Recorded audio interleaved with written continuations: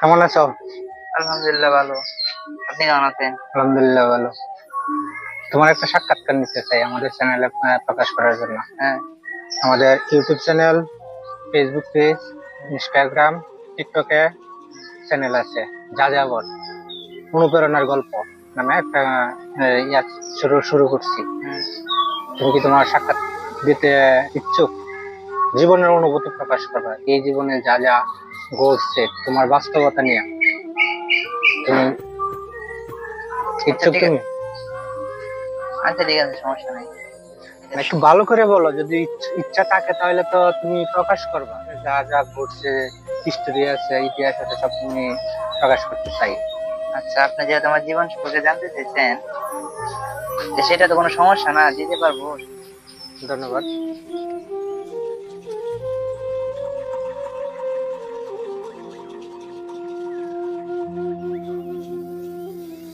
তোমার পরিচয় জানতে পারি? হ্যাঁ, অবশ্যই। তোমার নাম কি? মোহাম্মদ আহাদ। তোমার আব্বুর নাম? জনাব কলমউদ্দিন। তোমাদের গ্রামের বাড়ি? আবাদিয়া কান্দা। Post office? আর থানা? নান্দায়। জেলা? পড়াশোনা করো? জি। তোমার জীবন সম্পর্কে জানতে পারি? জি অবশ্যই। অভিজ্ঞতা, অবশ্যই। তোমার এই বয়সে যে অভিজ্ঞতা অর্জন করছো তার সম্বন্ধে কিছু জানতে পারি? হ্যাঁ অবশ্যই। যেগুলা প্রকাশ করা যায় না, দরকার নাই। যদি কখনো কোনো বিষয়ে মনে করো যে এটা সমাজে এফেক্ট করবে, ওগুলা বলার দরকার নেই। তোমার অনুভূতি তোমার মতো করে বলো। কোনো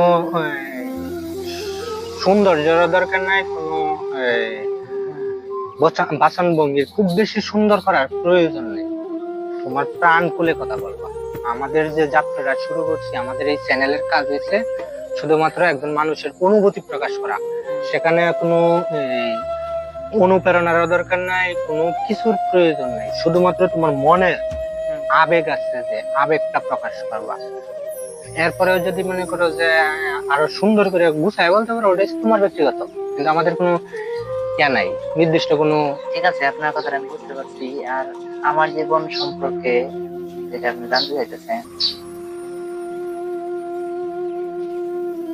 আমার জীবন সম্পর্কে যেটা বলা যায়, 2018 সালে যখন আমার বাবা মৃত্যুবরণ করে, তখন আমি অনেকটাই ছোট, 12-13 বছর। তখন আমারও তো একটা জ্ঞান ছিল, যার কারণে আমি বুঝতে পারিনি যে বাবা মারা যাওয়ার পরে আমার জীবন কি হতে পারে। এখন যে আমি একটা পর্যায়ে আছি, এটা আমি কখনো কল্পনাই করতে পারি না যে আমি এরকম একটা পর্যায়ে আমি যাবো। তার আব্বু মারা যাওয়ার বেশ কয়েক বছর খানিক খুব ভালোই ছিল। আমার আব্বু চিন্তা করে রেখেছিল, সেগুলো যে চলাফেরা করছি, ইয়ে করছি। আর আমার এলাকা যে আমার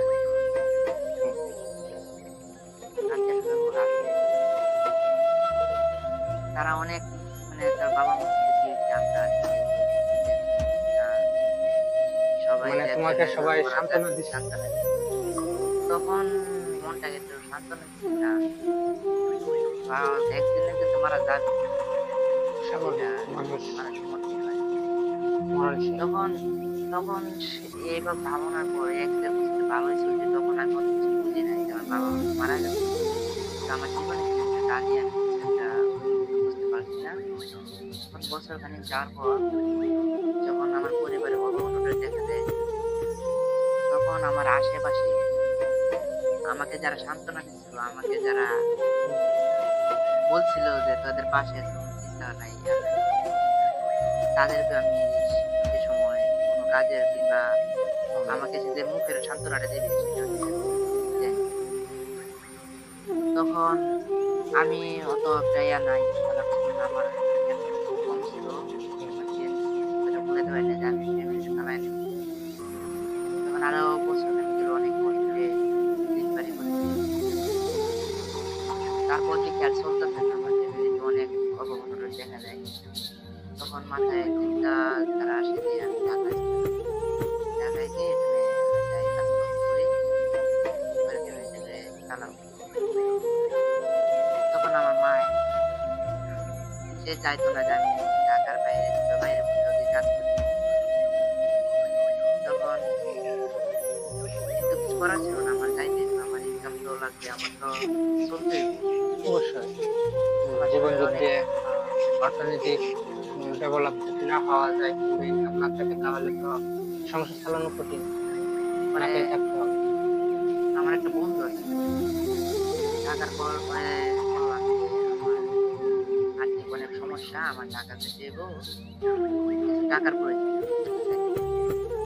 তখন ওই বললো যে ঢাকা যাইতে তোর মাই তো চায় যে দেশে থাকতে, এখন তুই ঢাকা বাইরে থাকবি, যতটুকু বুঝেছ না, তুই তো ঢাকা গিয়ে কাজ কাম করে মনে হয় থাকতে পারবি। তো আমি একজনের সাথে কাজ করি, তুই যদি তার সাথে যাস তাহলে কিছু টাকা করে দিতে পারি, তুই সংসারটা চালাই নিতে পারবি। তারপর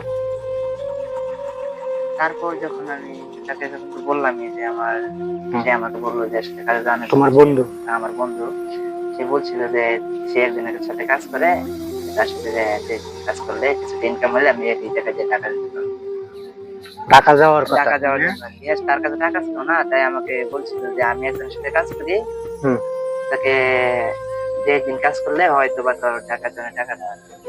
মানে আমি যে ঘটনাটা তোমার কাছ থেকে শুনতে পারছি, মানে বুঝতে পারছি, সেটা আমি একটু বলি। হ্যাঁ, মানে তোমার বন্ধুর কাছে বলছিল যে আমি ঢাকা চলে যাব, আমার কিছু টাকার দরকার। হ্যাঁ, সে তোমাকে টাকা দিতে পারে না, কিন্তু সে বলছে কি যে তো তোরে আমি তো টাকা দিতে পারবো না, তুই আমার সাথে যা, আমি একটা জায়গায় কাজ কাজ করি। করি, আর হ্যাঁ, তুই এখান থেকে তুই টাকা হ্যাঁ, টাকাটা সংগ্রহ করে দিতে পারবি। হ্যাঁ, তখন আমি ভালো বললাম বুদ্ধি। আচ্ছা, ভালো কথা, তাহলে তো আমার আর ঋণও থাকতেছে না, আর হ্যাঁ, আমার কোনো ঝামেলা থাকতেছে না। হ্যাঁ, তখন যখন প্রথম দিন যখন আমি তার সাথে কাজে যাই, তখন আমার মনের মধ্যে অন্যরকম একটা ভাবনা আসে। সেটা যে কি? ভাবনাটা হলো কি, যে আমি ঢাকা না যেয়ে যদি এখানে থাকতে পারি, দেশে একটা কিছু কর্ম করে খেতে পারি, সেটা আমার জন্য ভালো এবং আমার ফ্যামিলির জন্য ভালো। অবশ্যই।